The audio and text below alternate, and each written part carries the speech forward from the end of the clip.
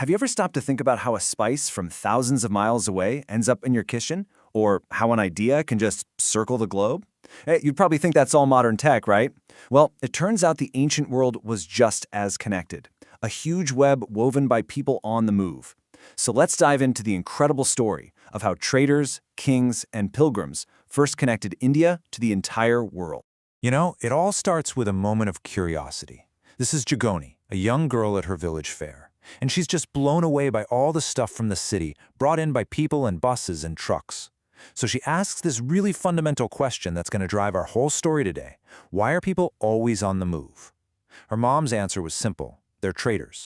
Jagoni's question gets so much bigger when we look back a couple of thousand years. See, it wasn't just about goods moving from a city to a village. We're talking about precious stones from the Himalayas reaching all the way to Rome, and ideas born in India, completely transforming China. So the real question is, how did these ancient worlds, separated by huge oceans and massive mountains, get so connected? So where does the answer start? Well, with a world that was always in motion, and it was all powered by trade. The people who bought things where they were made and then sold them somewhere else, they were the real engines of this early globalization. They were the ones who braved the long, dangerous journeys and wove the first threads of connection. The Indian subcontinent, especially the South, was basically a literal treasure chest for the ancient world. We're talking gold, spices so exotic they were practically mythical, and these dazzling precious stones. And these weren't just fancy items. They were the ultimate symbols of wealth and power. And believe me, empires all over the world were desperate to get their hands on this stuff. Okay, just look at this. It's the story of pepper. I mean, for us, pepper's just sitting there on the table, right? But to the Romans, they literally called it black gold. Just think about that for a second. It was so valuable that traders would risk absolutely everything. Treacherous sea voyages, long, dangerous caravan journeys, just to get it. That incredible demand is what fueled this entire global network. Okay, so if black gold is the big prize, who were the folks actually chasing it? Let's zoom in a little on the traders themselves and the incredible variety of goods they were carrying, which, by the way, turned these sleepy little coastal towns into bustling international hubs. There's this ancient poem that gives us this amazing snapshot of a port called Puhar. And this isn't just some boring list of goods. You can practically feel the buzz, right? Imagine ships pulling in with these powerful horses from faraway lands, while the streets are just clogged with carts loaded with pepper. It's beautiful, organized chaos, all powered by global trade. And this just gives you a taste of the sheer scale we're talking about. It wasn't just one or two items. It was a truly global marketplace. Gold from the Himalayas, pearls from the southern seas, even pottery from as far away as Myanmar, all of it coming together in one spot. And behind every single one of those items was a long, often dangerous journey. So how on earth did they manage these incredible sea voyages? Well, the secret wasn't just better ships. It was about mastering nature. Ancient sailors figured out how to use the super powerful monsoon winds, and this was an absolute game changer. Instead of slowly, carefully hugging the coast, they could ride these seasonal winds and sail straight across the open ocean, literally turning a months-long slog into a weeks-long sprint. Now, you know what happens when there's that much wealth moving around? Powerful people start to take notice. This flood of valuable goods was just impossible for local rulers to ignore. So the next question is, how did the kings and the chiefs get their cut? This timeline kind of shows how different powerful dynasties popped up to control these key trade arteries. You can think of them as gatekeepers. Way down in the south, you had the Muvundur, three powerful families who controlled the coastal ports where all the spices and pearls were shipped from. Move up, and the Satavahanas were dominating western India. And then you had the Kushanas in the northwest, and they were sitting on the absolute jackpot, the Silk Route.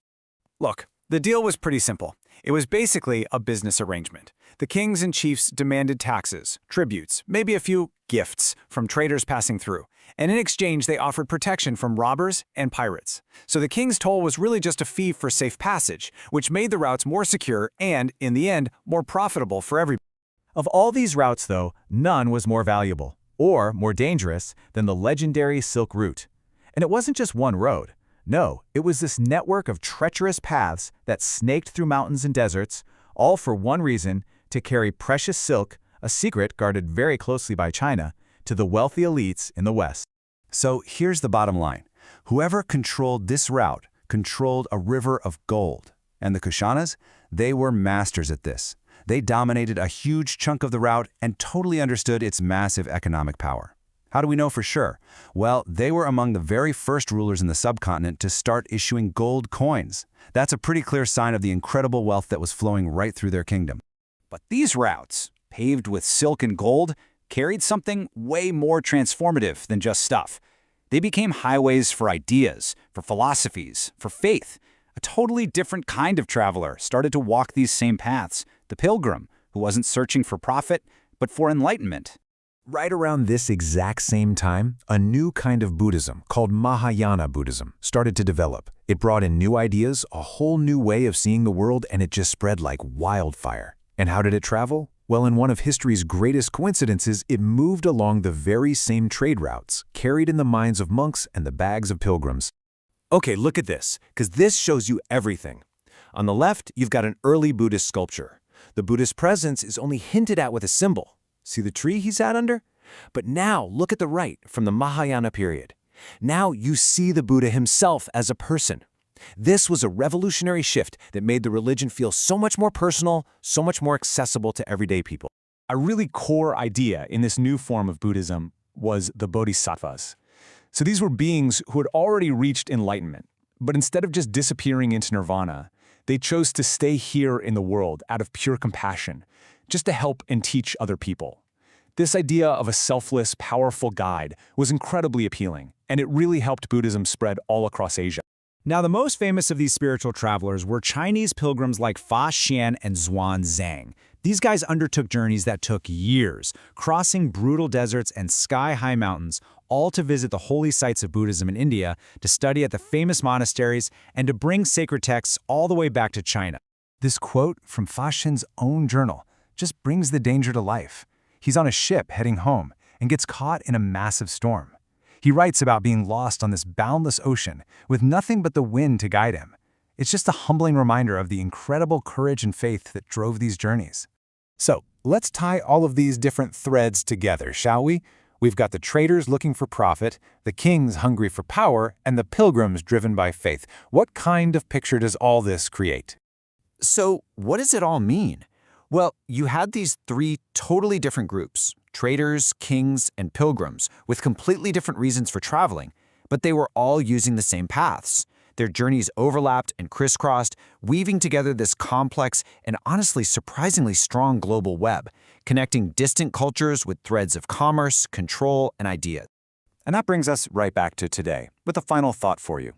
The ancient Silk Route was made of roads and sea lanes carrying silk and spices. But what are the silk routes of our time? Are they the fiber optic cables under the ocean? Are they the global shipping lanes?